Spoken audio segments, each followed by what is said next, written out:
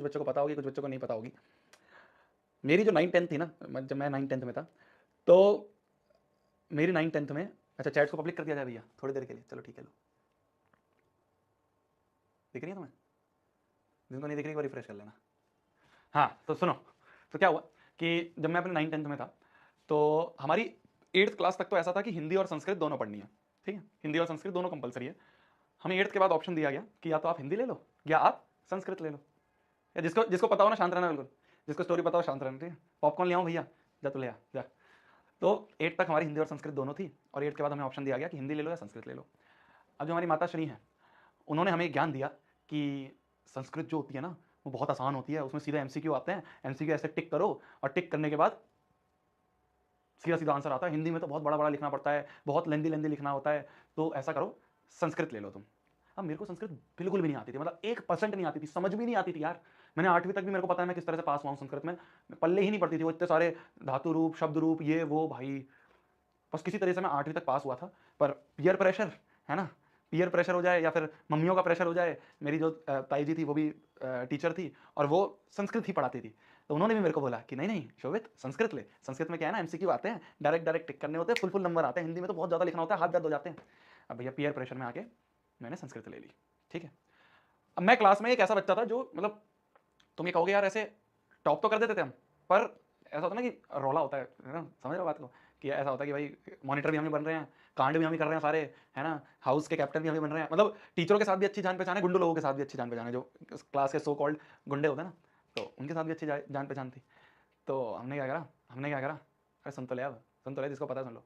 तो मैंने अनाउंस करा क्लास में, मतलब अनाउंस तो क्या करा, मैंने, मेरे से पूछते थे जब लोग क्या ले रहे हो, तो मैंने बोल दिया तो संस्कृत ले रहा हूँ जी, फिर चौड़ में मैंने कहा संस्कृत ले रहा हूँ। तो क्लास के बहुत सारे बच्चे इन्फ्लुएंस हो गए, मेरे साथ संस्कृत ले लिए, ठीक है। मतलब ऐसा था कि ऐसे कि शोभित संस्कृत ले रहा है तो चलो यार हम भी संस्कृत ले लेते हैं। बहुत सारे बच्चों ने हमारी क्लास में संस्कृत ले ली, मतलब 40 बच्चों की अगर क्लास थी तो करीब 17-18 बच्चों ने संस्कृत ले ली। देखा देखी में कि चलो ठीक है ये भी ले रहा है तो कुछ सोच के ले रहा होगा, अपना दिमाग तो हम कम ही लगाते हैं, इसमें कुछ दिमाग लगाया होगा, मैंने भी कोई दिमाग नहीं लगाया, मेरे को भी पीयर प्रेशर में लेनी पड़ी, पर यह है कि ले ली संस्कृत। अब भैया 9वीं तो किसी तरह से कटी, ठीक है, किसी तरह से बस पास हुए रट रटा के। 10वीं में आए हम, और 10वीं में हमारा जो फाइनल एग्जाम था, तो हमारे टाइम पे ऐसा होता था, हमारे टाइम पे ना एक होम बोर्ड नाम की भी चीज़ होती थी। होम बोर्ड का मतलब हो गया कि तुम्हारे स्कूल में ही बोर्ड हो रहे हैं, ऑप्शन होता था या तो तुम होम बोर्ड ले लो या फिर तुम बाहर जाके बोर्ड दे दो। तो हमारे ऑप्शन था होम बोर्ड का, सबने होम बोर्ड लिया, हमने भी होम बोर्ड ले लिया। होम बोर्ड नाम का एक कॉन्सेप्ट होता था, अब तो बंद कर दिया सीबीएसई ने, शायद उसे मेरी स्टोरी पता चल गई होगी। तो पहले होम बोर्ड नाम की भी एक चीज़ होती थी, तो हमारा तो होम बोर्ड था, मतलब हमारे स्कूल में ही हमारा एग्जाम होता था, पेपर बाहर से आता था, पेपर तो सीबीएसई से ही आता था, पर ऐसे सेंटर नहीं लगता था, स्कूल में एग्जाम होता था। तो हमारा एग्जाम हुआ संस्कृत का एग्ज़ाम। संस्कृत के एग्ज़ाम में मैं बहुत रट के आया, बहुत सब चीज़ें रट के आया, फाइनल बोर्ड का एग्ज़ाम था, और मैं सब चीज़ें रट के आया। मैंने एग्ज़ाम देखा और मेरी सिट्टी बिट्टी गुल, समझ में नहीं आया। भाई 9 तक तो क्या है, स्कूल के मास्टर लोग टीचर लोग बना रहे हैं पेपर, तो सीधे सीधे बुक में से सवाल देते थे। अब जो बोर्ड का पेपर आया, और संस्कृत की ऐसी कोई हमारे टाइम पे ऐसे सीबीएसई की बुक भी नहीं थी, पढ़ रहे थे बस कैसे कैसे करके, तो मैं तो बस धातु रूप शब्द रूप वगैरह रट के आ गया। और रट के जब मैं एग्ज़ाम में आया, तो मैंने कहा भैया फील्डिंग सेट हो गई आज तो, है ना, आज नहीं हो पाएगा, आज तो पास होना भी मुश्किल है,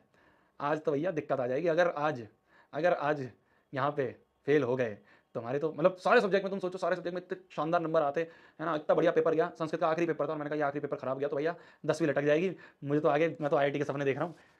तो मैंने कहा क्या करें, तो क्या हुआ, अब तुम समझना, पूरा सिनेरियो समझना, ठीक है, दिमाग लगेगा इसमें भी। क्या हुआ, जैसे मान लो ये रो है, ठीक है, तुम्हारे स्कूल में बेंचेस होती है ना, बेंचेस, तो मान लो ये एक बेंच है, दूसरी बेंच, तीसरी बेंच, चौथी बेंच, पांचवी बेंच, छठी बेंच, सातवीं बेंच, इस तरह से होती है बेंचेस, और हर बेंच पे एक एक बच्चा बैठा हुआ है, हर बेंच पे एक एक बच्चा बैठा हुआ है, ठीक है जी। तो मैं बैठा हुआ था यहाँ पे, ठीक है, मैं बैठा हुआ था मान लो इस वाली पे,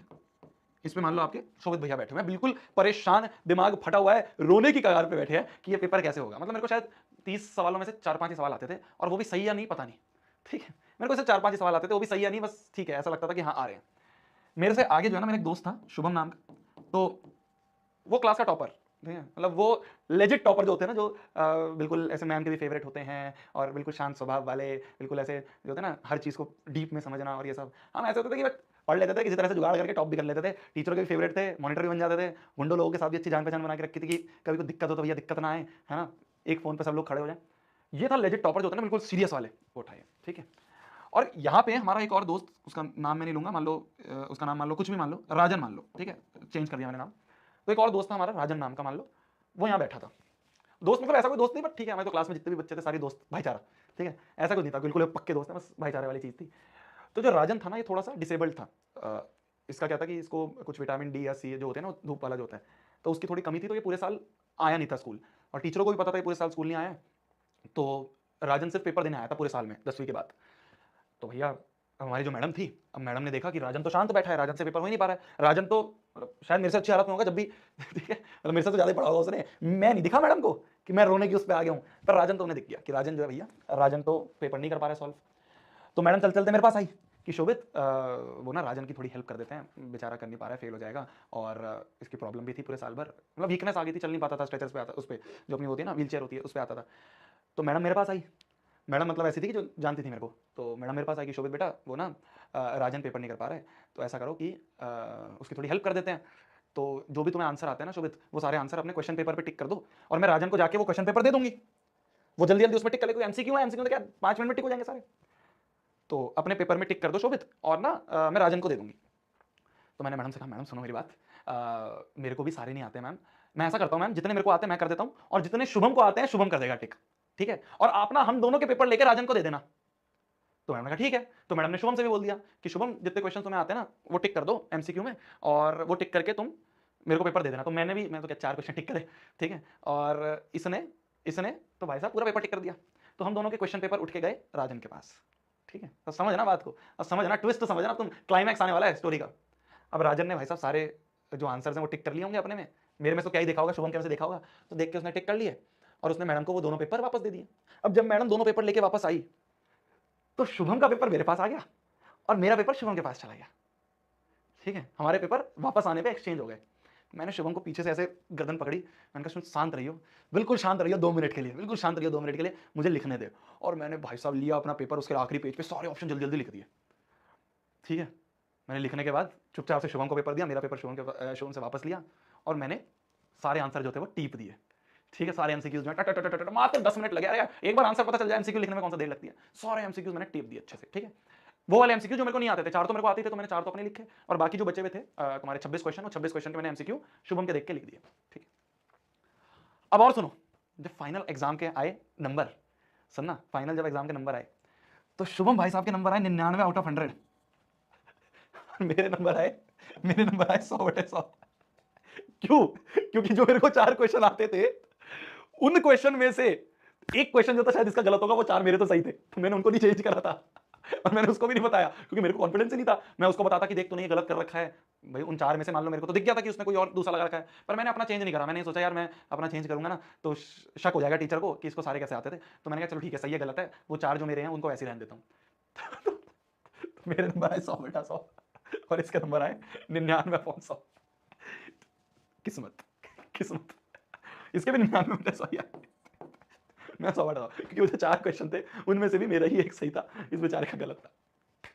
सॉरी शुभम, अगर तू या तेरा भाई या कोई तेरा जूनियर देख रहा हो और वो तेरे को बताइए स्टोरी, माफ करो यार, मेरे को तो कॉन्फिडेंस नहीं था ना, मेरे को तो बेचारे क्वेश्चन। ये था जी, ये था हमारी एक प्यारी सी संस्कृत के एग्जाम की स्टोरी, ठीक है। किस्मत हो तो हमारे जैसी हो, मतलब 4 क्वेश्चन आते थे मेरे को, भाई अगर मेरे को नहीं मिलता ना ये, मतलब इसे कहता ना कि भगवान बचाता है जब, तो ऐसे बचाता है, मतलब अगर ये ना होता रिवर्स, फेल था भैया, फेल हो जाता फिर तो 10वीं का काम। सिर्फ ये चीज़ थी, मतलब देखो यार, देखो जब चीटिंग का मौका मिला तो क्यों ना करें, है ना, मतलब मैं ऐसे चीटिंग प्रमोट नहीं कर रहा हूँ बिल्कुल भी, बट यार बिल्कुल फेल होने के कागाज पे था यार मैं, कैसे पढ़ाता तुम्हें, है बताओ, मैं आ जाता क्या तुम्हें 10वीं पढ़ाने, बताओ, नहीं आ पाता ना फिर मैं तुम्हें, नहीं आ पाता ना, तुम कहते खुद तो तू फेलियर है, मैं क्या पढ़ाएगा, है। चलिए